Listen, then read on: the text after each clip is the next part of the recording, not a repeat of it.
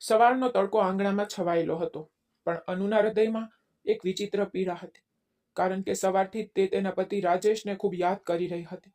તેથી જાગતાની સાથે જ તેણે વિચાર્યું કે શા માટે તેને ફોન ન કરવો, પણ પછી તેણે વિચાર્યું કે પહેલા તેને ઘરનું બધું કામ પૂરું કરવું જોઈએ અને પછી તે તેની સાથે શાંતિથી વાત કરશે. આ વિચારીને તેણે રસોડામાંથી તેના દિવસની શરૂઆત કરી. સૌ પ્રથમ તેણે ઝડપથી ખોરાક રાંધ્યો, પછી તેણે પ્રેમથી તેની સાસુને પ્લેટમાં પીરસ્યો અને ખવડાવ્યું. તે પછી તેણે 2-4 કોળ પણ ખાધા, પણ પછી તેનું મન બીજે ક્યાંક હતું. પછી ભોજન પૂરું કર્યા પછી તેણે ઝડપથી વાસણો ધોયા અને બરાબર લૂછીને તેમની જગ્યાએ ગોઠવી દીધા. કામ પૂરું થતાં સુધીમાં 1 વાગી ગયો. પછી જેમ જેમ તેણે હાથ ધોઈને પોતાનું પલ્લું ઠીક કર્યો, તેના મનમાં એ જ બેચેની ફરી વળી કે હવે તેને રાજેશ સાથે વાત કરવી છે. આ વિચારીને તેણે ધીમે ધીમે મોબાઈલ ઉપાડ્યો, સ્ક્રીન પર રાજેશનો નંબર શોધ્યો અને મનમાં થોડી આશા સાથે ફોન કર્યો. પછી ફોન લાંબા સમય સુધી વાગતો રહ્યો, પણ રાજેશે ફોન ઉપાડ્યો નહીં. આ પછી તેણે 3-4 વાર પ્રયત્ન કર્યો, પણ કોઈ જવાબ ન મળ્યો. તેથી હવે અનુ થોડી ઉદાસ થઈ ગઈ, કારણ કે આવું હંમેશા થતું. તે તેના પતિને પ્રેમથી ફોન કરતી, પણ રાજેશે ફોન ઉપાડ્યો નહીં. ક્યારેક તે આખો દિવસ જવાબ પણ આપતો નહોતો. જોકે અનુ થોડી રાહ જોતી હતી, પણ રાજેશે ફોન ન કર્યો અને તે વધુ ઉદાસ થઈ ગઈ. તેથી તેને ઘરે રહેવાનું મન નહોતું થતું. પણ શું કરવું? અનુ ભારે હૃદય સાથે તેના રૂમમાં ગઈ અને તેના ભાગ્યને કોસવા લાગી. પછી જ્યારે બપોરનો સમય થયો, ત્યારે તેણે ભારે હૃદય સાથે 4 રોટલી બનાવી. પછી તેણે તેની સાસુ સુમિત્રાને 2 રોટલી ખવડાવી અને તેને દવા આપી. જમ્યા પછી તેની સાસુ સુમિત્રા તેના રૂમમાં ગઈ અને સૂઈ ગઈ.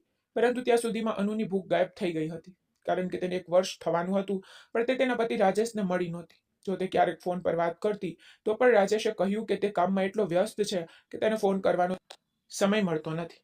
આ રીતે તે આ બાબત ટાળતો. પણ 1 વર્ષ પછી દિવાળી આવી, ત્યારે તે ફક્ત 4 દિવસ રહ્યો અને આ 4 દિવસમાં તેણે અનુ સાથે એક રાત પણ યોગ્ય રીતે વિતાવી નહીં. અને પછી તે શહેરમાં ગયો. શહેરમાં ગયાના થોડા દિવસો પછી એક દિવસ બપોરે 12 વાગ્યે અનુએ ફરીથી ફોન કર્યો, પણ રાજેશે ફરીથી ફોન ઉપાડ્યો નહીં.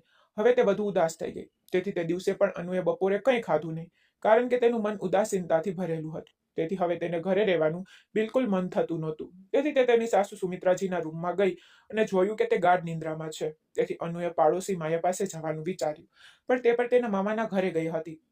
પછી અનુએ ખેતરમાં જવાનું વિચાર્યું. તે ત્યાંથી થોડી શાકભાજી પણ લાવશે અને થોડી ફળશે. કદાચ આ તેના મનને વિચલિત કરે અને સમય પણ પસાર કરે. આ વિચારીને તે તેની સાસુ સુમિત્રાજીના રૂમમાં ગઈ અને મોટેથી કહ્યું, સાસુજી, મને થોડી વાર માટે ખેતરમાં જવા દો. પછી સુમિત્રાજી તેનો અવાજ સાંભળીને જાગી ગયા અને કહ્યું કે હા, જાઓ દીકરી, પણ પહેલા મને 1 ગ્લાસ પાણી આપો. પછી અનુ પહેલા રસોડામાં ગઈ અને પાણીનો ગ્લાસ ભરીને તેની સાસુને આપ્યો. પછી તે ખેતર તરફ રવાના થઈ. તેમનું ખેતર ઘરથી લગભગ 2 કિમી દૂર હતું. તેથી અનુ થોડું ચાલીને ખેતરમાં પહોંચી. ખેતરમાં ટીનની છતવાળી એક નાની ઝૂંપડી હતી. તેથી અનુ ત્યાં ગઈ, પરંતુ ત્યાં કોઈ દેખાયું નહીં. કદાચ આજે કોઈ મજૂર કામ પર આવ્યો નહોતો. છતાં તેણે આસપાસ જોયું અને ખેતરમાં કામ કરતા આર્ય નામના મજૂરને જોયો. પછી તેણે અનુને પણ જોઈ, પણ તે પોતાના કામમાં વ્યસ્ત હતો. તે નજીક આવ્યો નહીં. તે ખેતરમાં કેટલીક શાકભાજી હતી, તેથી અનુએ કેટલીક શાકભાજી તોડી. પછી તેની નજર જામફળના ઝાડ પર ગઈ. તેથી તેના મનમાં વિચાર આવ્યો કે શા માટે 2-4 જામફળ તોડીને ખાઈ ન લે. આ વિચારીને તે ઝાડ પાસે ગઈ, પણ ઝાડ થોડું ઊંચું હતું, એટલે તેને લાગ્યું કે હાથથી જામફળ તોડવું મુશ્કેલ બનશે. એટલા માટે તેણે દૂર કામ કરી રહેલા આર્યને મોટેથી બોલાવ્યો. આર્ય. પછી આર્યએ તેને જોઈ અને કહ્યું, હા મેડમ. પછી અનુએ કહ્યું, અહીં આવો. આના પર આર્યએ દૂરથી જોરથી જવાબ આપ્યો, હા, હું આવી રહ્યો છું મેડમ. અને પછી હાથથી ઈશારો કરીને આવ્યો. તે અનુ પાસે ગયો અને કહ્યું, મને કહો મેડમ, શું વાત છે? પછી અનુએ કહ્યું, અરે આર્ય, મને થોડા જામફળ જોઈતા હતા, પણ જો આ ઝાડ ખૂબ ઊંચું છે, તેથી હું તેને તોડી શકતી નથી. આના પર આર્યએ કહ્યું, ઓ મેડમ, ચિંતા ના કરો, હું હમણાં જ તેમને તોડી આપું. જો તમે મને પહેલા કહ્યું હોત તો હું અત્યાર સુધીમાં તેમને તોડી નાખત. આ પર અનુએ હસતા હસતા કહ્યું, હા, મને ખબર છે, તેથી જ મેં તમને અવાજ કર્યો. પછી આર્યએ કહ્યું, ઠીક છે, રાહ જુઓ, હું હમણાં જ તેમને તોડીને આપું છું. એટલું કહીને તેણે પોતાના ચપ્પલ ઉતાર્યા અને ઝડપથી જામફળના ઝાડ પર ચડી ગયો. પછી તેણે કેટલાક પાકેલા જામફળ તોડી નાખ્યા અને ઉપરથી અનુ તરફ ફેંકવાનો ઈશારો કર્યો. પછી અનુએ ઝડપથી કહ્યું, અરે આર્ય, થોડી રાહ જુઓ. આટલું કહીને તેણીએ તેની સાડીનો પલ્લુ ફેલાવ્યો અને કહ્યું, હવે તેને તેમાં નાખો. આ પર આર્યએ કહ્યું, ઠીક છે મેડમ, પણ તેને કાળજીપૂર્વક પકડી રાખો. હવે હું અહીં ફેંકીશ. પછી તેણે અનુ તરફ 2 જામફળ ફેંક્યા, તો અનુએ તેને તેની સાડીના પલ્લુમાં સારી રીતે પકડી લીધા. પછી આર્યએ ઉપરથી કહ્યું, રાહ જુઓ મેડમ, હું વધુ ફેંકું. પછી આર્યએ બીજા જામફળ ઉપાડ્યા, સીધા અનુની સાડીના પલ્લુમાં ફેંકી દીધા. આ વખતે જામફળ પહેલા કરતા મોટા અને ભારે હતા. પછી અનુએ બંને હાથે પલ્લુને મજબૂતીથી પકડી રાખ્યો હતો, પરંતુ જામફળ પડતા જ અનુની સાડીનો પલ્લુ ખંભા પરથી થોડો સરકી ગયો. તેથી અનુ ખૂબ જ ગભરાઈ ગઈ. પછી તેને સમજાવ્યું નહીં કે શું કરવું. પછી આર્યએ કહ્યું, ઓ મેડમ, મને માફ કરજો મેડમ. પછી અનુએ ઉપર જોયું. પછી આર્યની નજર તેના પર સ્થિર થઈ ગઈ. આ જોઈને તે વધુ મૂંઝાઈ ગઈ. પછી તેણે ઝડપથી પલ્લુને ઠીક કર્યો. તેને ઝડપથી તેના ખંભા પર ગોઠવવા લાગી. પણ અનુને પણ કંઈક વિચિત્ર લાગ્યું. પણ શું કરવું? પછી તેણે જમીન પર પડેલા 3-4 જામફળ ઉપાડ્યા અને આર્યને કહ્યું, હવે ઠીક છે આર્ય, થોડા આપી દો. આ પર આર્યએ કહ્યું, રાહ જુઓ મેડમ, હું થોડા વધુ તોડી અને ત્યાં ઘાસ પર ફેંકીશ. આ પર અનુએ માથું હલાવ્યું અને કહ્યું, ઠીક છે, અને એક બાજુ ઊભી રહી ગઈ. પછી આર્ય થોડા વધુ પાકેલા જામફળ તોડવા લાગ્યો અને હવે તેણે ઝાડ નીચે લીલા ઘાસ પર જામફળ ફેંકવાનું શરૂ કર્યું. તે જામફળના ઝાડને નજીકના નાળામાંથી પાણી મળતું, જેના કારણે આસપાસનું ઘાસ પણ લીલું અને સુંદર હતું. પછી આર્યએ ઘણા બધા જામફળ તોડી અને નીચે ફેંકી દીધા. પછી અનુએ કહ્યું, રોકો આર્ય, શું તમે હવે બધા જામફળ તોડી નાખશો? આ પર આર્યએ કહ્યું, ઠીક છે મેડમ, હવે હું નહીં તોડીશ. પછી આર્યએ જામફળ તોડવાનું બંધ કર્યું. પછી તે ઝાડ પરથી નીચે આવ્યો અને જામફળ ભેગા કર્યા. પછી તેણે અનુને પૂછ્યું, મેડમ, શું હું આ જામફળ તમારી બેગમાં મૂકી દઉં? આ પર અનુએ કહ્યું, ના ના, હું ઘરમાં એકલી છું. માસી દવા ખાઈ છે, તેથી મને 5 કે 6ની જરૂર છે. આ કહીને તેણે ત્યાંથી 5 જામફળ ઉપાડ્યા અને તેને તેની સાડીના પલ્લુમાં બાંધી દીધા. પછી આર્યએ તેને પૂછ્યું, મેડમ, બાકીના જામફળનું મારે શું કરવું? આ પર અનુએ જવાબ આપ્યો, અરે આર્ય, તમે પણ જામફળ ખાઓ, બાકીના ઘરે લઈ જાઓ. આ પર આર્યએ જવાબ આપ્યો, અરે મેડમ, મારા ઘરમાં પણ કોઈ ખાશે નહીં. પછી અનુએ કહ્યું, તો પછી તે કોઈને આપી દો, કારણ કે આટલા બધા જામફળ ઘરે લઈ જઈને હું શું કરીશ? પણ આર્યએ કહ્યું, ઠીક છે મેડમ, હું તેમનું કંઈક કરીશ. પછી આર્યએ આગળ કહ્યું, મેડમ, મેં ભૂલથી તે જામફળ ફેંકી દીધું અને તે પણ મોટું હતું. તો તમારા હાથને ઈજા તો નથી થઈ? માફ કરશો મેડમ, તમને ક્યાંક ઈજા થઈ? આ પર અનુએ કહ્યું, ના ના, મને કંઈ થયું નથી. પછી અનુએ હિંમત ભેગી કરીને પૂછ્યું, આર્ય, શું તમને કંઈક પૂછી શકું? આર્યએ કહ્યું, હા મેડમ, કૃપા કરીને પૂછો. તો અનુએ પૂછ્યું, શું તમને ક્યારેય રાજેશનો ફોન આવ્યો હતો?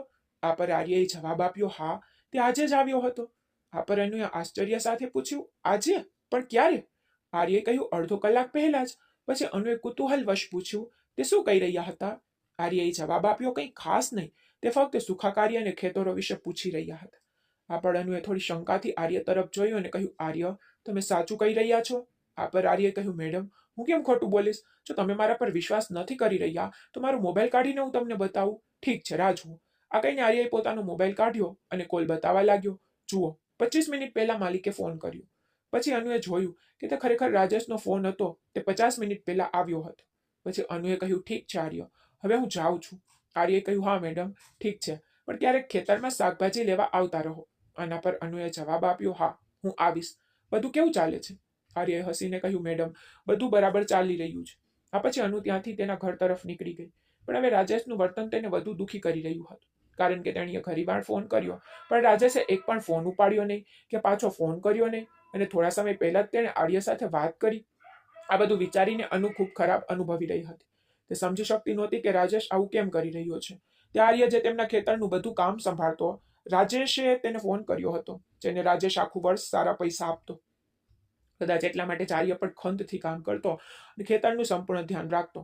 તે ખૂબ જ પ્રામાણિક હતું. પછી અનુ ખેતરથી તેના ઘરે આ બધું વિચારીને જતી હતી, પણ તેના મનમાં વારંવાર એ જ પ્રશ્નો આવતા રહ્યા કે રાજેશ તેની સાથે આવું કેમ કરે છે. અને આ વર્તન લગ્ન પછી જ શરૂ થઈ ગયું હતું, કારણ કે લગ્નના થોડા દિવસો પછી રાજેશ કામ માટે સુરત ગયો. તે ત્યાં કામ કરતો, એટલા માટે અનુ એ વિચારોમાં ખોવાઈ ગઈ.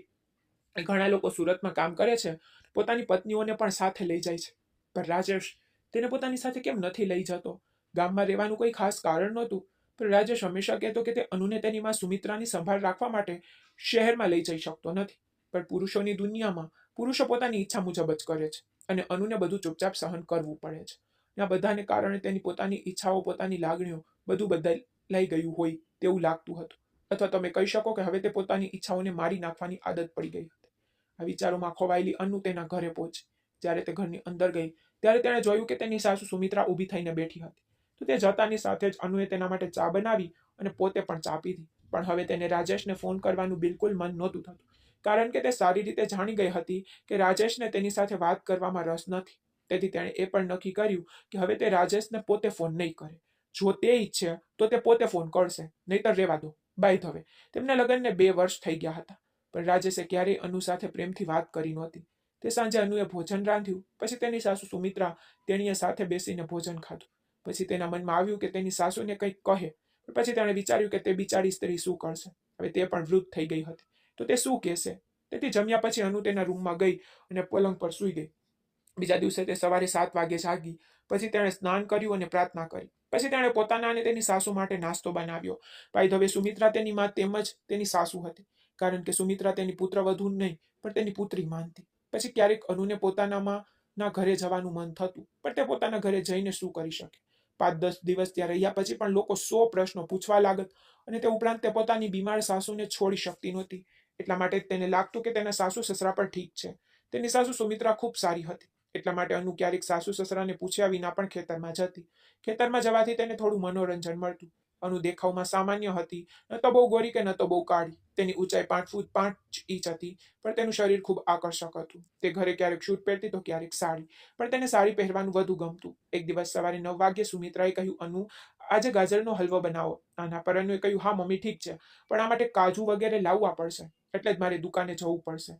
થોડો સમય લાગશે. આના પર તેની સાસુ સુમિત્રાએ જવાબ આપ્યો, હા દીકરી, કોઈ વાંધો નહીં. પછી અનુએ પોતાનું કામ બંધ કરીને સાડી અને વાળ સરખા કર્યા. પછી તેણે દરવાજાની બહાર રાખેલા ચંપલ પહેર્યા અને પછી કરિયાણાની દુકાન તરફ નીકળી ગઈ. દુકાન ઘરથી થોડે દૂર હતી. રસ્તામાં એક ચોક હતો અને અનુ ત્યાંથી પસાર થઈ રહી હતી ત્યારે તે કેટલાક લોકોને વાતો કરતા સાંભળ્યા. અરે જુઓ ભાઈઓ, રાજેશની પત્ની જઈ રહી છે. પછી એકે કહ્યું, હા મિત્ર. પછી બીજાએ કહ્યું કે આટલી સુંદર પત્ની હોવા છતાં તે સુરતમાં એકલો કેવી રીતે રહે છે?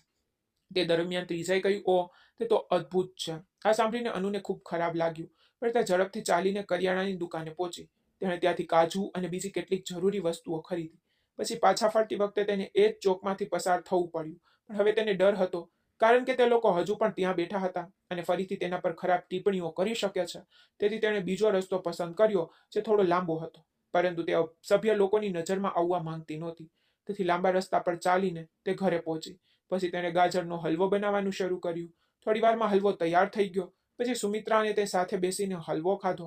પછી હલવો ખાતી વખતે સુમિત્રાએ હલવાના ખૂબ વખાણ કર્યા.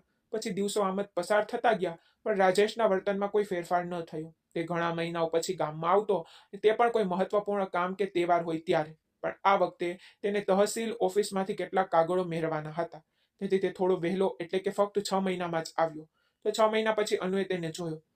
બાય ધ વે, રાજેશ તેને પહેલેથી જ કહી દીધું હતું કે તે આવી રહ્યો છે, તો અનુએ બધી તૈયારીઓ કરી લીધી હતી. એટલે રાજેશ દરવાજા પાસે આવતાની સાથે જ અનુએ તેને મન ભરીને જોયો, કારણ કે તેને આશા હતી કે કદાચ તે પ્રેમથી થોડા શબ્દો તો કહેશે.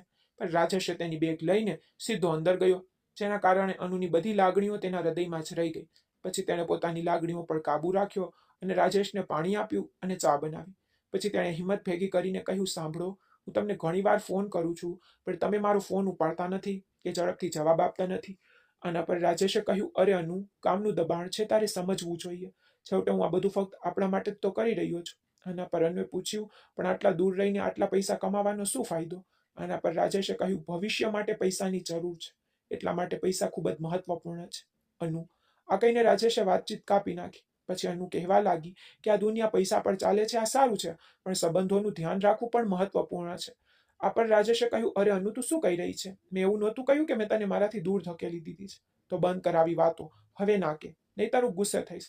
તો અહીં જ રહેવા દે. પછી રાજેશે આગળ કહ્યું, હવે જલ્દી ભોજન પીરસો, મને ભૂખ લાગી છે. આ પર અનુએ કહ્યું, ઠીક છે, અને રસોડામાં ગઈ. તેણીએ પ્રેમથી રાજેશ માટે ભોજન બનાવી દીધું. તેથી તેણીએ તાજું ભોજન પીરસ્યું અને રાજેશ જમવા બેઠો. જમ્યા પછી તે તરત જ ઉઠ્યો અને ગામમાં કેટલાક કાગળ પૂરા કરવા માટે બહાર ચાલ્યો ગયો. પછી અનુ તેના કામમાં વ્યસ્ત થઈ ગઈ. બીજી બાજુ રાજેશ આખો દિવસ બહાર જ રહ્યું. જ્યારે તે રાત્રે પાછો આવ્યો ત્યારે તેણે ભોજન કર્યું અને બધું કામ પૂર્ણ થઈ ગયું. તેથી હવે અનુને આશા હતી કે કદાચ આજે તે રાજેશ સાથે પ્રેમભર્યા ક્ષણો વિતાવશે. પરંતુ રાજેશ પહેલેથી જ તેના રૂમમાં ગયો, પલંગ પર સૂઈ ગયો. પછી અનુએ વાસણો ધોયા અને રાખ્યા અને તેના રૂમમાં ગઈ. પછી રાજેશ પલંગ પર સૂતો હતો. તેથી તેણી તેની પાસે ગઈને તેના ખંભા પર હળવેથી થપથપાવી અને કહ્યું, સાંભળો ને, શું થયું? આજે તમે થાકી ગયા છો? તમે સૂઈ ગયા? શું તમને તે દસ્તાવેજો મળ્યા જે લેવા ગયા હતા? પરંતુ રાજેશ તરફથી કોઈ જવાબ ન આવ્યો. તેથી આ વખતે અનુએ થોડા ઊંચા અવાજે કહ્યું, શું થયું? શું તમે સૂઈ ગયા? શું તમને તે દસ્તાવેજો મળ્યા જે તમને જોતા હતા, જે તમે લેવા ગયા હતા? આના પર રાજેશે ઊંઘતા અવાજમાં કહ્યું, ના અનુ, તે સાહેબ આજે આવ્યા નથી, તે કાલે આવશે.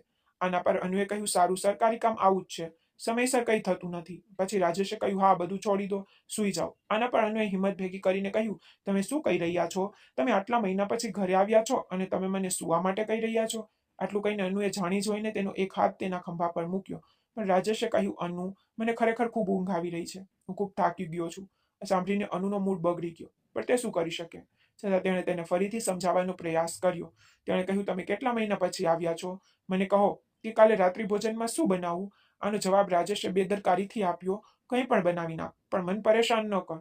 પણ આવો અભદ્ર જવાબ સાંભળીને અનુ સમજી ગઈ કે હવે કંઈ કરી શકાય નહીં. ખૂબ નિરાશ થઈને તે તેની બાજુમાં સૂઈ ગઈ, પણ તે લાંબા સમય સુધી સૂઈ શકી નહીં. પછી બીજા દિવસે પણ એવું જ થયું. અનુ રાજેશને ખુશ કરવા માટે શ્રેષ્ઠ પ્રયાસ કરી રહી હતી, પરંતુ કંઈ થયું નહીં. પછી ત્રીજા દિવસે અનુએ તેના માટે સ્વાદિષ્ટ વાનગીઓ અને તેના મનપસંદ ખોરાક બનાવ્યો, પરંતુ અનુની પદ્ધતિ કામ ન કરી. અને જ્યારે રાજેશ પોતે તેની પાસે જવા માંગતો નહોતો, ત્યારે તે કેવી રીતે કામ કરી શકે? તેણે પ્રેમના બે શબ્દો પણ કહ્યા નહીં, તો પછી તે તેની પાસે કેવી રીતે જઈ શકે? પરંતુ તેમ છતાં અનુએ તેની બાજુથી બધું જ કરવાનો પ્રયાસ કર્યો, પરંતુ તે નિરાશ થઈ ગઈ.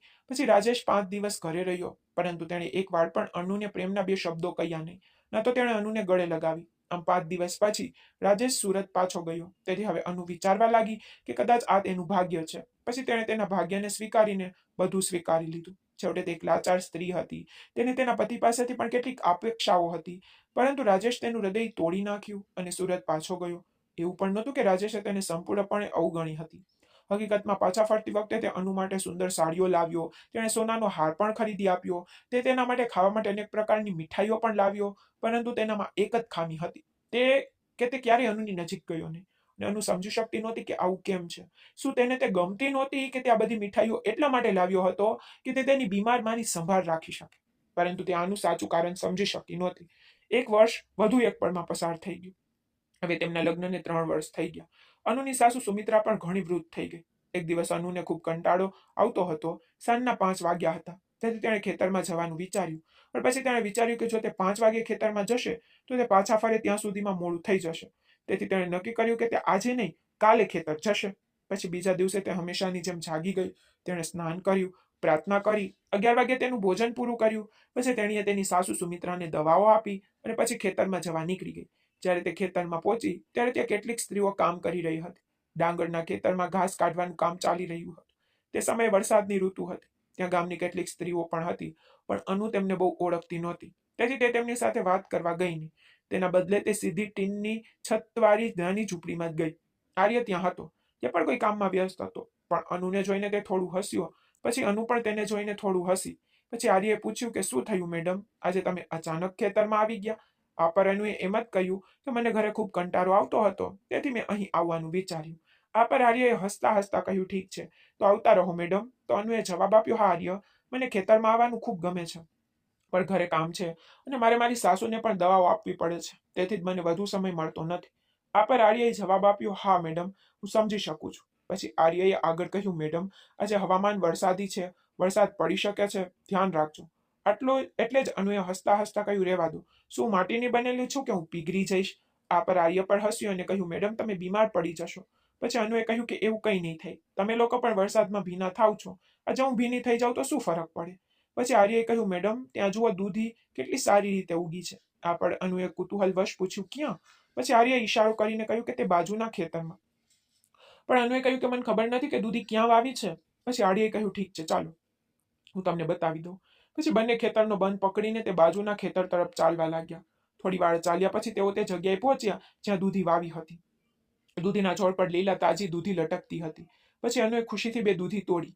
પછી આર્યએ પણ તેને મદદ કરવાનું શરૂ કર્યું. પછી બંનેએ સાથે મળીને ઘણી બધી દૂધી તોડી. નજીકમાં કારેલા પણ વાવ્યા હતા, તો અનુએ થોડા કારેલા અને ભીંડા પણ તોડી નાખ્યા. પણ હવે એટલી બધી વસ્તુઓ હતી કે તેને સમજાતું નહોતું કે ઘરે કેવી રીતે લઈ જવું. પછી તેણે આર્યને કહ્યું, અરે આર્ય, હું એકલી આટલી બધી વસ્તુઓ કેવી રીતે લઈ જઈશ? આનો જવાબ આપતા આર્યએ કહ્યું, મેડમ, ચિંતા ના કરો, તમે ઘરે જાઓ, હું સાંજે ઘરે જઈશ ત્યારે આ બધું તમારા ઘરે પહોંચાડીશ. પણ અનુએ કહ્યું, ના ના, હું તમને કેમ તકલીફ આપું? આ સાંભળીને આર્ય હસ્યો, કહ્યું, કોઈ વાંધો નહીં મેડમ, તમે જાઓ, હું લઈ આવીશ. પછી અનુ થોડી વાર સુધી ખેતરમાં ફરતી રહી, પણ પછી અચાનક આકાશમાં વાદળો ભેગા થઈ ગયા અને વરસાદની શક્યતા વધી ગઈ. ત્યારે પણ આર્ય ખેતરમાં કામ કરી રહ્યો હતો અને અનુ નજીકમાં ચાલી રહી હતી. પછી અચાનક ભારે વરસાદ શરૂ થયો, તો આર્યએ બૂમ પાડીને કહ્યું, મેડમ, જલ્દી ટીનના છાપરા પર નીચે જાઓ. પછી અનુ ટીનના છાપરા તરફ દોડી ગઈ. પછી આર્ય પણ તેની પાછળ દોડી ગયું અને બંને ટીનના છાપરા નીચે ઊભા રહ્યા. પણ ત્યાં સુધીમાં બંને વરસાદમાં પલળી ગયા હતા. અનુની સાડી સંપૂર્ણપણે ભીની થઈ ગઈ. આર્ય તેની બાજુમાં ઊભો હતો, પણ હવે તેની નજર ક્યારેક અનુ તરફ જતી, જેના કારણે તેના મનમાં વિવિધ વિચારો આવ્યા લાગ્યા. પણ અનુને આનો કોઈ ખ્યાલ નહોતો. તે છાપડા નીચે ઊભી હતી, પણ આર્ય થોડો બેચેન દેખાઈ રહ્યો હતો. તેને કહ્યું, મેડમ, મારે ત્યાં થોડું કામ છે, હું જઈશ. આ પર અનુએ કહ્યું, અરે આર્ય, તમે આટલા વરસાદમાં ક્યાં જશો? આ પર આર્યએ જવાબ આપ્યો, મેડમ, મારે ફક્ત ઘાસ ઉપાડવાનું છે, નહીંતર વરસાદમાં ભીના થવાથી તે બગડી જશે. આ પર અનુએ કહ્યું, ઠીક છે, ઠીક છે, તમે વરસાદ ઓછો થાય ત્યારે જ જઈ શકો છો. આ પર આર્યએ કહ્યું, ના મેડમ, ગમે તેમ, હું સંપૂર્ણપણે ભીનો છું. આટલું કહીને આર્ય તેની તરફ જોયા વિના ત્યાંથી નીકળી ગયો. પછી આર્યના ગયા પછી અનુએ પોતાની તરફ જોયું તો તે સંપૂર્ણપણે ભીની હતી. પછી તે પોતાને જોઈને થોડી ગભરાઈ ગઈ. પછી તેનું હૃદય ઝડપથી ધબકવા લાગ્યું. હવે તે સમજી ગઈ કે આર્ય ત્યાંથી કેમ ચાલ્યો ગયો, કારણ કે કદાચ તેને અનુને આવી સ્થિતિમાં જોઈને વિચિત્ર લાગ્યું હોત, પરંતુ આર્યનું આ આદરણીય વર્તન જોઈને અનુને તેના પર ગર્વ થઈ. કારણ કે જો તેની જગ્યાએ બીજું કોઈ હોત તો તે કદાચ પોતાની આંખો રોકી શક્યો ન હોત, પરંતુ આર્યએ પોતાની જગ્યા છોડી દીધી. આ તેની મહાનતા હતી. અનુ થોડી વાર ત્યાં ઊભી રહી. પછી જ્યારે વરસાદ ધીમો પડ્યો ત્યારે તેણે જોરથી બૂમ પાડી, અરે આર્ય, હું ઘરે જાઉં છું. આનો જવાબ આર્યએ દૂરથી આપ્યો, હા મેડમ, ઠીક છે, તમે જાઓ. પછી ઘરે પહોંચ્યા પછી અનુએ કપડાં બદલ્યા. પછી તેણે તેની સાસુ સુમિત્રાને તેની દવાઓ આપી. પછી ઘરમાં કેટલાક કામ બાકી હતા, તેથી તે તેમાં વ્યસ્ત થઈ ગઈ. તે સાંજે લગભગ 5:30 વાગે દરવાજો ખટખટાવ્યો. તેથી અનુએ દરવાજો ખોલ્યો અને આર્યને સામે ઊભો જોયો. તેના હાથમાં શાકભાજીનો પોટલો હતો. પછી અનુએ તરત જ યાદ આવ્યું કે આ એ જ શાકભાજી છે જે તેણે બપોરે ખેતરમાંથી તોડી હતી. તેથી તેણે તે પોટલો લીધો અને આર્યને અંદર બોલાવ્યો. સુમિત્રાજી નજીકમાં બેઠા હતા. તેથી તેણે આર્યને કહ્યું, અંદર આવ દીકરા, તું ગેટ પર કેમ ઊભો છે? સુમિત્રાજી ના કહેતા સાંભળીને આર્યએ બહારથી તેના ચપ્પલ ઉતાર્યા અને અંદર ગયો અને ખુરશી પર બેઠો. પછી સુમિત્રાજીએ અનુને કહ્યું કે અરે અનુ, આર્ય માટે ચા બનાવો, તેને ગમશે. આ પર અનુએ કહ્યું, હા ઠીક છે મમ્મી, અને પછી ચા બનાવવાનું શરૂ કર્યું. આ દરમિયાન સુમિત્રાજી અને આર્ય ખેતર વિશે વાત કરવા લાગ્યા. પછી વાતચીતમાં રાજેશનો પણ ઉલ્લેખ થયો, પરંતુ તેના વિશે વધુ વાત થઈ નહીં. પછી સુમિત્રાજીએ કહ્યું કે આર્ય ઘણા દિવસો પછી ઘરે આવ્યો છે, તેથી તે ભોજન કરીને જ જશે. પછી આર્યએ ના પાડવાનું શરૂ કર્યું, પરંતુ સુમિત્રાજીએ આગ્રહ કર્યો અને કહ્યું કે અનુ દીકરી સાંભળ, આર્ય આજે અમારી સાથે ભોજન કરશે, તેથી તેના માટે પણ કંઈક તૈયાર કરો. આ પર અનુએ કહ્યું, ઠીક છે માજી, અને રસોડામાં જવા લાગી. ત્યારે સુમિત્રાજીએ કહ્યું, દીકરી, થોડી મસાલેદાર શાકભાજી તૈયાર કરજે, અથવા કારેલાનું શાક બનાવો, કારણ કે આર્ય મટન ચિકન ખાતો નથી, તેથી તેના માટે કંઈક ખાસ બનાવો. આ પર અનુએ જવાબ આપ્યો, ઠીક છે માજી. પછી એને મસાલેદાર શાકભાજીમાં કારેલાનું, ભીંડાનું, રોટલી અને મસાલેદાર પનીર તૈયાર કર્યું. ભોજન તૈયાર પછી તેણે તેની સાસુ સુમિત્રા અને આર્યને પીરસ્યું. પછી બંને સાથે બેસીને ભોજન કર્યું. રાત્રિ ભોજન પછી સુમિત્રાજીએ કહ્યું, અરે આર્ય, જો આ વરસાદની ઋતુ સારી થાય તો કોઈ દિવસ થોડો સમય કાઢીને ઘરની કેટલીક વસ્તુઓ તો ઠીક કર. કેટલીક જૂની વસ્તુઓ પણ દૂર કરવાની છે, કારણ કે અનુ એકલી તો તે કરી શકતી નથી. આના પર આર્યએ જવાબ આપ્યો, હા કાકી, હું આવીશ, ગમે તે હોય, દર વર્ષ હું તમારા માટે આ કામ કરું છું. આના પર સુમિત્રાજીએ કહ્યું, હા દીકરા, ફક્ત તું હોવાથી તો બધું મજા આવે છે. પછી સુમિત્રાજી આગળ કહ્યું, આર્ય દીકરા, રાજેશનો ફોન આવે છે? આ પર આર્યએ કહ્યું, હા કાકી, ક્યારેક ફોન કરે છે. આ પર સુમિત્રાએ કહ્યું, તે શહેરમાં રહે છે અને પૈસા કમાય છે, પણ તેને આ ઘરની, મારી અને અનુની કોઈ પરવા નથી. તેને ખબર નથી કે તે આટલા પૈસાનું શું કરશે. જ્યારે ભગવાને આપણને જે આપ્યું છે તેનાથી આપણે ખુશ છીએ. થોડા સમય પછી આર્ય તેના ઘરે ગયો. 5 દિવસ પછી જ્યારે સૂર્ય ઉગવા લાગ્યો ત્યારે એક સવારે તે ફરીથી સુમિત્રાજીના ઘરે આવ્યો. તે દિવસે અનુ અને આર્યએ સાથે મળીને ઘરની બધી વસ્તુઓ ઠીક કરી. પછી આર્યએ અનુને ખૂબ મદદ કરી, કારણ કે તે શારીરિક રીતે મજબૂત હતો, કામમાં પણ ખૂબ ઝડપી હતો. તેથી તે લગભગ બધા ઘરના કામ સરળતાથી પૂર્ણ કરતો. પછી સુમિત્રાજી પણ ઘરમાં હતા. હવે અનુ અને આર્ય સારા મિત્રો બની ગયા. તેથી જ અનુ ગપશપ કરતી રહી. તેથી તે દિવસ ખૂબ જ મજામાં પસાર થતો. હવે અનુને આર્ય સાથે વાત કરવાનું પસંદ થવા લાગ્યું, કારણ કે તે ખુલ્લા અને સ્વચ્છ હૃદયનો વ્યક્તિ હતો. પછી કામ કરતા કરતા બપોરના 3 વાગ્યા, એટલે જ હવે બંને થાકી ગયા. તો અનુએ કહ્યું, આર્ય, થોડી ચા પીવો, હું દૂધની સરસ ચા બનાવીશ. આ પર આર્યએ કહ્યું, હા મેડમ, રાહ જુઓ, હું હાથ પગ ધોઈને પાછો આવીશ. આટલું કહીને તે બાથરૂમમાં ગયો, હાથ પગ ધોઈને પાછો ફર્યો. ત્યાં સુધીમાં અનુએ ચા બનાવી લીધી. પછી તેણે ચાનો કપ આર્યને આપ્યો અને કહ્યું, આર્ય, મારું નામ અનુ છે, તો તું મને અનુ કહી શકે છે. પછી સુમિત્રાજી દરવાજા પાસે ખુરશી પર બેઠા હતા. આ સાંભળીને તે હસ્યા અને કહ્યું, હા આર્ય, અનુ સાચું કહે છે, તું તેને ફક્ત અનુ જ કહી શકે છે, કોઈ વાંધો નથી. આ પર આર્યએ હસતા હસતા કહ્યું, ઠીક છે કાકી, તમે જે કહો. પછી સાંજે 4 વાગ્યા સુધીમાં બાકીનું કામ પૂરું થઈ ગયું. આર્યએ કહ્યું, ચાલો અનુ, હું હવે જાઉં છું. આ પર અનુએ કહ્યું, ઠીક છે આર્યા, ખૂબ ખૂબ આભાર મને આટલી બધી મદદ કરવા બદલ. હું કાલે કે પરમ દિવસે શાકભાજી લેવા માટે ફરી ખેતરમાં આવીશ. આ પર આર્યએ કહ્યું, હા હા, ચોક્કસ આવજો. આટલું કહીને આર્ય તેના ઘરે ગયો. બીજા દિવસે સવારે અનુ ઘરનું બધું કામ પૂરું કરીને 11 વાગે ખેતર તરફ નીકળી ગઈ. જ્યારે તે ખેતરમાં પહોંચી ત્યારે ત્યાં કોઈ નહોતું. ત્યારે કામ કરતી સ્ત્રીઓ પણ આવી નહોતી. તેથી અનુ ઝૂંપડી પાસે ગઈ પરંતુ તેને આર્ય ક્યાંય દેખાયો નહીં. તેથી તેણે ત્યાં થોડા લીલા શાકભાજી તોડ્યા. પછી લગભગ 1 કલાક પછી આર્ય રસ્તા પરથી ખેતર તરફ આવતો જોવા મળ્યો. પછી અનુ ટીનની છત પાસે હતી, તેથી આર્યએ તેને દૂરથી જોઈ અને તેની પાસે આવ્યો. તેના આવતાની સાથે જ અનુએ તેને પૂછ્યું, અરે આર્ય, શું થયું? તું ક્યાં ગયો હતો? આ પર આર્યએ જવાબ આપ્યો, અનુ, કંઈક કામ હતું, હું તેના માટે ગયો હતો. આ પર અનુએ કહ્યું, સારું, મને ખબર છે, હું તને ખૂબ શોધી રહી હતી. આજે નોકરાણીઓ પર આવી નથી. આ પર આર્યએ કહ્યું, હા અનુ, આજે કોઈ આવ્યું નહીં. ટીનના છાપડા પાછળ એક ખેતર હતું જેમાં બરબત્તીની શાકભાજી ઉગાડવામાં આવી હતી. તે ખેતરમાં ઘણી બધી બરબત્તીઓ ઉગાડવામાં આવી હતી. તો અનુએ કહ્યું, અરે આર્ય, ત્યાં જુઓ, બરબત્તી કેટલી સારી લાગે છે. અને પર આર્યએ કહ્યું, હા અનુ, તેનું શાક પણ ખૂબ સારું લાગે છે. આજની શાકભાજી માટે તેને લો. અને પર અનુએ જવાબ આપ્યો, હા હું લઈશ. આટલું કહીને તે ખેતરમાં ગઈ. તે ખેતરના બરબત્તીની શાકભાજી ખેતરમાં વાંસની લાકડીઓ ખોદી અને ઊંચા પાલખા પર મૂકવામાં આવી હતી, જેથી વરસાદને કારણે શાકભાજી બગડી ન જાય. તેથી અનુએ તેની સાડી કમરમાં બાંધી અને બરબત્તીઓ તોડવા માટે હાથ લંબાવ્યો, પરંતુ તેનો હાથ ઉપરના પાલખા સુધી પહોંચતો નહોતો અને બરબત્તીઓ વાંસના કાંટાવાળી જાળીમાં ફસાઈ ગઈ હતી, જેના કારણે તેને તોડવામાં મુશ્કેલી પડી રહી હતી. છતાં તે પ્રયાસ કરતી રહી. પણ અચાનક તેના પગમાં કંઈક વાગ્યું. કદાચ કાંટો હતો અને અનુએ ચીસ પાડી, હે ભગવાન, હું મરી ગઈ, બસ. એટલામાં આર્ય તેની તરફ દોડી ગયો. પછી અનુએ તેના હાથમાં રહેલી બરબત્તી ફેંકી દીધી, ત્યાં જ બેસી ગઈ. બસ. આર્યએ ચિંતાથી પૂછ્યું, શું થયું અનુ? તો અનુએ પીડાદાયક અવાજમાં કહ્યું, આર્ય, મારા પગમાં ક્યાંક કાંટો વાગ્યો. આ પર આર્યએ કહ્યું, હા, અહીં ઘણા કાંટા છે, તો તમારે કાળજીપૂર્વક ચાલવું જોઈતું હતું. આ પર અનુએ કહ્યું, હા, પણ મને કેવી રીતે ખબર પડે કે અહીં કાંટા હશે? પછી અનુનો ચહેરો પીડાથી વિકૃત થવા લાગ્યો. આ જોઈને આર્યએ કહ્યું, ચિંતા ના કર અનુ, રાહ જુઓ, હું કાંટો કાઢી નાખીશ. આટલું કહીને તે અનુની બાજુમાં બેઠો. પછી અનુએ ખેતરના બંધ પર તેના ચપ્પલ ઉતાર્યા હતા, એટલા માટે તેના પગમાં કાંટો ફસાઈ ગયો હતો. ગમે તેમ આર્ય બેઠો અને અનુનો પગ તેના ઘૂંટણ પર મૂકીને તેના પગ તરફ જોવા લાગ્યો. કાંટો જોઈને તેણે કહ્યું, જુઓ અનુ, કાંટો અહીં થોડો અંદર છે, એટલા માટે થોડો દુખાવો થશે, પણ ચિંતા ના કરો, તેને કાઢ્યા પછી તને સારું લાગશે. અનુએ ફક્ત આ વાત પર માથું હલાવ્યું. પછી આર્યએ તેની 2 આંગળીઓના નખથી કાંટો પકડીને એક જ વારમાં બહાર કાઢ્યો. કાંટો કાઢતી વખતે અનુને એટલો દુખાવો થયો કે તે જોરથી બૂમ પાડી, હે ભગવાન. પછી આર્યએ કહ્યું, થઈ ગયું. અને પછી કાંટો બહાર આવી ગયો. પણ પછી દુખાવાને કારણે અનુ આંખો બંધ કરીને ઘાસ પર બેઠી રહી. પછી આર્ય પણ તેની પાસે બેઠો. પછી તેણે કહ્યું, અનુ, તારી આંખો ખોલ, હવે કોઈ દુખાવો નહીં થાય. પછી અનુએ આંખો ખોલી. પછી આર્યએ કહ્યું, ચાલ હવે ઊભી થા. પછી અનુએ આર્યનો હાથ પકડીને ધીમેથી ઊભી રહી. પણ જમણો પગ જેમાં કાંટો લાગ્યો હતો તે હજુ પણ દુખતો હતો. તો તેણીએ કહ્યું, ઓ આર્ય, હજુ પણ ખૂબ દુખે છે? એવું લાગે છે કે કાંટો ખૂબ ઊંડો ગયો હતો. અને પર આર્યએ જવાબ આપ્યો, હા, તે અંદર ગયો હતો, પણ હવે કોઈ સમસ્યા નથી. થોડો સમય લાગશે, પછી બધું ઠીક થઈ જશે. ચાલો ધીમે ધીમે ઝૂંપડી પાસે જઈ, અને જો તમે ત્યાં થોડો આરામ કરશો તો તમને સારું લાગશે. આના પર અનુએ કહ્યું, ઠીક છે, ચાલો. પછી તે લંગડાતા લંગડાતા ચાલવા લાગી, પરંતુ તેના પગમાં દુખાવો એટલો બધો હતો કે થોડા ડગલા ચાલ્યા પછી તે ફરીથી બેઠી અને બોલી, ઓ આર્ય, હું હવે વધુ ચાલી શકતી નથી.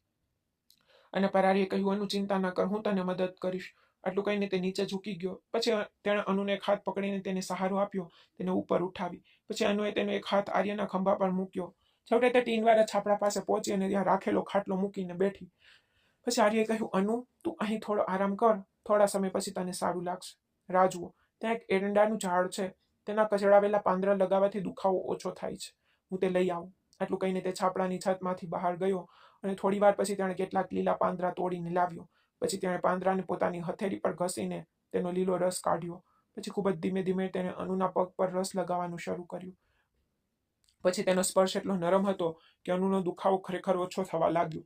પણ હવે તેને કંઈક બીજું લાગવા લાગ્યું, કારણ કે તે એક યુવતી હતી અને આર્ય એક યુવાન. અને પછી અનુના પગ આર્યના હાથમાં હતા અને તે ધીમે ધીમે તેના તળિયા પર રસ લગાવી રહ્યો હતો. પછી તેના તળિયા પર આટલા નરમ સ્પર્શથી લગાવવામાં આવતો રસ અનુના મનમાં એક વિચિત્ર તોફાન મચાવી રહ્યો હતો. પછી અનુ ખાટલા પર બેઠી. પર આર્યની આ રીત તેને બેચેન કરી રહી હતી. પછી ક્યારેક તે આંખો બંધ કરતી, ક્યારેક ખોલતી. પછી તેને પણ લાગ્યું કે કદાચ આર્યના મનમાં પણ કંઈક આવી જ ગડબડ ચાલી રહી હશે. પછી આર્યએ ધીમે ધીમે અનુના પગ છોડી દીધા. પછી આર્યએ કહ્યું, અનુ, જો દુખાવો ખૂબ હોય તો મને કહે. પછી અચાનક આર્યએ પોતાનો ડાબો હાથ અનુના જમણા હાથ પર મૂક્યો. પછી તેણે અનુની આંખોમાં ઊંડાણપૂર્વક જોયું, જેના કારણે અનુ ખૂબ જ શરમ અનુભવતી હતી. તેથી તેણે ઝડપથી પોતાની નજર ફેરવી લીધી. પછી આર્યએ ધીમે ધીમે તેનો હાથ પોતાના હાથમાં લીધો. આ જોઈને અનુ વિચારવા લાગી કે આર્ય જાણી જોઈને નિર્દોષ હોવાનો ઢોંગ કરી રહ્યો છે. પણ હજુ પણ અનુ કંઈ બોલી શકતી નહોતી. પછી તે સમજી શકતી નહોતી કે શું કહેવું કે શું કરવું. પણ સાચું કહું તો તે આર્યની આટલી નજીક હોવાથી ખુશ હતી, પણ અનુનો શ્વાસ ઝડપી હતો. જીવનમાં પહેલી વાર કોઈ પુરુષ તેની આટલી નજીક આવ્યો. પછી બંને એકબીજામાં ખોવાઈ ગયા, જાણે બે નહીં પણ એક હોય. પછી ફક્ત અનુ અને આર્ય તે ટીનની છતમાં હતા અને તે ખાટલો ત્યાં ફક્ત તેમના માટે રાખવામાં આવ્યો હતો. પછી બંને થોડીક જ વારમાં એકબીજામાં ખોવાઈ ગયા. પછી ઘણા કલાકો વીતી ગયા, કદાચ 4 કે 5 કલાક, પણ અનુને કંઈ ખબર ન પડી. જ્યારે તે ભાનમાં આવી ત્યારે તેને ખ્યાલ આવ્યો કે ઘણો સમય વીતી ગયો છે. પછી આર્યએ કહ્યું, અનુ, હું ઘરે જાઉં છું. આર્યએ ધીમેથી કહ્યું અને માથું હલાવીને પરવાનગી માંગી. પછી જતા પહેલા તે અનુ પાસે આવ્યો અને પ્રેમથી તેનો હાથ પકડ્યો. તે ક્ષણે અનુનું હૃદય લાગણીથી ભરાઈ ગયું. પછી તે પણ શાંતિથી તેના ઘરે જવા નીકળી ગઈ. ઘરે પહોંચ્યા પછી તે ક્યાંય ધ્યાન કેન્દ્રિત કરી શકતી નહોતી, કારણ કે ખેતરમાં જે કંઈ બન્યું તે તેના મનમાં વારંવાર ચાલી રહ્યું હતું. પછી એક તરફ તે ક્ષણને યાદ કરીને તેને સારું લાગતું અને બીજી તરફ અપરાધ ભાવ તેને સતાવી રહ્યો હતો. તેથી તે મન સાથે લડતી લડતી ભૂલી જવાનો પ્રયાસ કરવા લાગી. તે સાંજે 7 વાગે આર્ય ઘરે આવ્યો. તે ખેતરમાંથી દૂધી અને બરબત્તીનું શાકભાજી લાવ્યો હતો. ત્યારે પણ સુમિત્રાજીએ તેને ઘરે રોક્યો. પછી અનુએ તેના માટે ચા બનાવી અને ભોજન બનાવ્યું. જમતી વખતે આર્ય સમયાંતરે અનુ તરફ જોતો અને અનુ પણ તેને જોતી. પણ હવે તે આર્યની આંખોમાં જોવામાં ખૂબ જ શરમ અનુભવતી. પણ એક વાત હતી, આર્ય સ્વભાવે શાંત અને સમજદાર હતો, એટલે જ અનુ તેનાથી ડરતી નહોતી. ઉલટાનું તેને ખાતરી હતી કે તેમની વચ્ચે જે કંઈ પણ થાય તે ક્યારેય કોઈને કહેશે નહીં. આ વાતે તેનું મન થોડું શાંત કર્યું. જમ્યા પછી આર્ય તેના ઘરે ગયો, પણ રાત્રે સૂતી વખતે ખેતરની એક ક્ષણ અનુના મનમાં વારંવાર ફરવા લાગી. આ પછી તે આગામી 5-6 દિવસ સુધી ખેતરમાં ગઈ નહીં, કારણ કે એક તરફ તેને અપરાધ ભાવની લાગણી હતી, બીજી તરફ થોડી શાંતિ. તે પોતે પણ જાણતી નહોતી કે તે ક્ષણનો જાદુ તેના પર ક્યારે કામ કરી ગયો. પરંતુ હવે તેના મનમાં ફક્ત પસ્તાવો જ બાકી હતો. એક સવારે આર્ય અચાનક તેના ઘરે આવ્યો. તે પહેલી વાર હતું જ્યારે તે આટલી વહેલી સવારે આવ્યો હતો, જ્યારે સુમિત્રાજી તેના રૂમમાં હતા અને આર્ય દરવાજા પર ઊભો હતો. ત્યારે અનુ તેને જોઈને થોડી ચોંકી ગઈ. પછી આર્યએ કહ્યું, અનુ, હું ખેતરમાં જઈ રહ્યો છું. જો તમને શાકભાજીની જરૂર હોય તો મને કહો, હું પાછા ફરતી વખતે તે લાવીશ. આ પર અનુએ થોડી ખચકાટ સાથે કહ્યું, જો તમારા મનમાં કોઈ શાકભાજી હોય તો તે લાવો. પછી અનુએ આગળ પૂછ્યું, શું તમારા માટે ચા બનાવું કે કંઈક? આ પર આર્યએ કહ્યું, ના અનુ, હું ઘરેથી પીને આવ્યો છું. હવે હું ખેતરમાં જવા નીકળીશ. આ પર અનુએ કહ્યું, ઠીક છે. પછી જતા પહેલા આર્યએ ફરીથી પૂછ્યું, અનુ, કાકી ક્યાં છે? તો અનુએ જવાબ આપ્યો, તે તેના રૂમમાં છે. પછી આર્યએ ધીમેથી કહ્યું, અનુ, હું કંઈ કહી શકું? તો અનુએ કહ્યું, હા, કહો.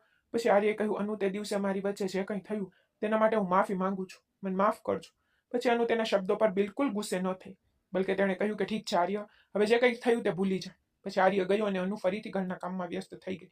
હવે તેને આર્ય પ્રત્યે ખરાબ લાગ્યું નહીં. પછી થોડા દિવસ આ રીતે પસાર થયા. પછી એક સાંજે રાજેશ અચાનક ઘરે આવ્યો. સામાન્ય રીતે તે ક્યારેય જાણ કર્યા વિના આવતો નહોતો. પછી અનુને ખબર નહોતી કે તે શા માટે આવ્યો છે. પછી તેણે કંઈ પૂછ્યું પણ નહીં. સાચું કહું તો હવે તેમની વચ્ચે પતિ પત્ની જેવું કંઈ બચ્યું જ નહોતું. તે ફક્ત નામનો સંબંધ હતો. બીજી બાજુ આર્ય બીજા દિવસે સવારે ફરીથી ઘરે આવ્યો. પછી રાજેશ ઘરે હતો. પછી સુમિત્રાજી પણ ત્યાં હતા. પછી બંને બાજુના રૂમમાં બેઠા અને રાજેશ તેમની સાથે હતો. પછી સુમિત્રાજીએ અનુને અવાજ કર્યો, અનુ, અહીં આવો. તો અનુ તેમની પાસે ગઈ અને કહ્યું, શું થયું માજી? ચા બનાવી દઉં? અને પણ સુમિત્રાજીએ કહ્યું, ના અનુ, હું તમારી સાથે વાત કરવા માંગુ છું. પછી રાજેશે કહ્યું, અનુ સાંભળ, મેં તમને અત્યાર સુધી આપેલી બધી તકલીફો માટે મને માફ કરશે, પણ સાચું કહું તો હું તમારી સાથે લગ્ન કરવા માંગતો નહોતો. મેં લગ્ન ફક્ત મારી માના આગ્રહ પર કર્યા, કારણ કે મારી માએ તમારા પિતાને જે પણ વચન આપ્યું હતું તે મેં પૂર્ણ કર્યું. પરંતુ આમાં મારું જીવન બરબાદ થઈ ગયું. તમે જાણો છો કે હું શહેરમાં રહું છું, પણ આનું એક કારણ પણ છે. તો હવે મને લાગે છે કે મારે તમને બધું કહી દેવું જોઈએ, કારણ કે હું તમારાથી ક્યાં સુધી છુપાવીશ. ખરેખર વાત એ છે કે લગ્ન પહેલા હું એક છોકરીને પ્રેમ કરતો. હું તેની સાથે લગ્ન કરવા માંગતો હતો, પરંતુ મારી માએ બળજબરીથી મારા લગ્ન તમારી સાથે કરાવી દીધા. પછી હું કંઈ કરી શક્યો નહીં. તેથી લગ્ન પછી હું તમને પત્નીનો પ્રેમ આપી શક્યો નહીં. આ માટે હું તમારી પાસે માફી માંગુ છું.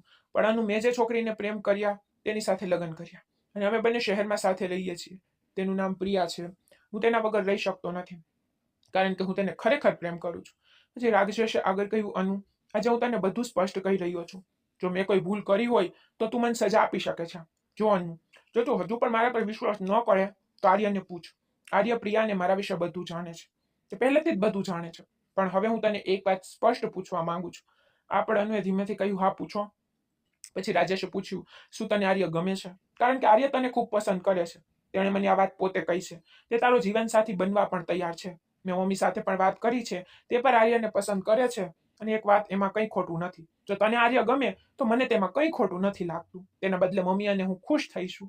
એટલું કહીને તે અટકી ગયો. પછી તેણે અનુને કહ્યું, હું નથી ઈચ્છતો કે તારું જીવન દુઃખમાં વિતાવે, પણ મારી પાસે બીજો કોઈ રસ્તો નથી. હું પ્રિયા વગર રહી શકતો નથી.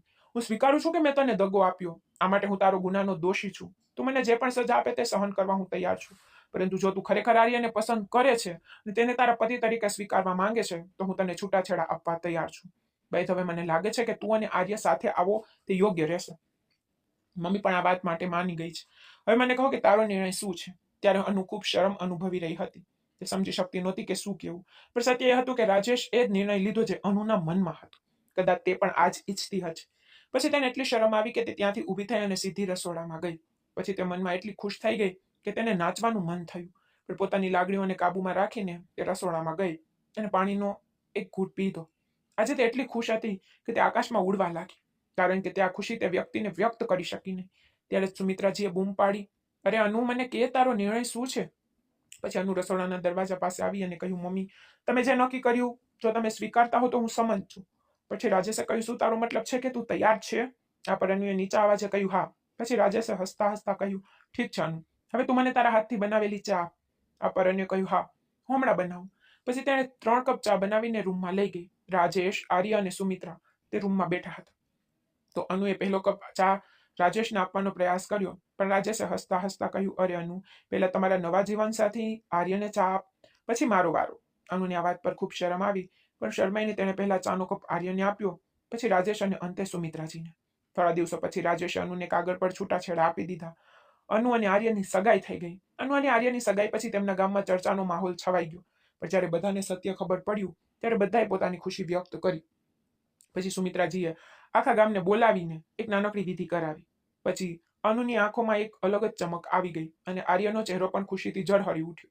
પછી સુમિત્રાજીએ બંનેને આશીર્વાદ આપ્યા અને કહ્યું, દીકરા, હવે તમે બંને એકબીજાનો સહારો આપો.